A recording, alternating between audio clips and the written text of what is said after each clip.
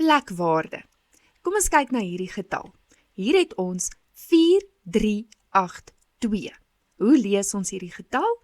Dit is 4382.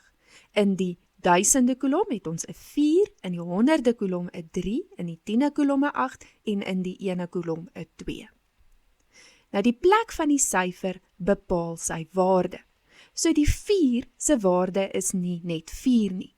Omdat dit in die duisende kolom staan, is die waarde van die 4 4000 wat gelyk is aan 4000.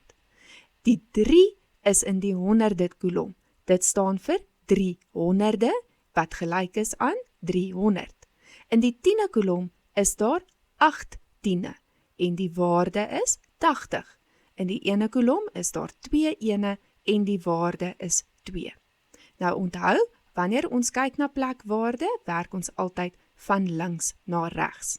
Nou is die vraag, wat is die verskil tussen getalwaarde en plekwaarde? In 'n toets gaan hulle vir jou vra, wat is die plekwaarde van die getal en wat is die getalwaarde? En dit is nie dieselfde nie. So kom ons kyk eers na plekwaarde.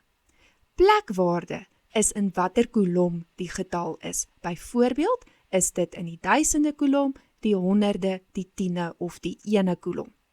Die getalwaarde is wat is die waarde van die syfer. So, is dit 2000 of is dit byvoorbeeld 30. So kom ons kyk na hierdie voorbeeld. Hier het ons die getal 2678 en ons 2 is onderstreep.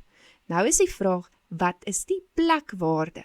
Nou hierdie kom in die duisende kolom voor, so sy plekwaarde is duisende. Onthou, dis in watter kolom dit voorkom.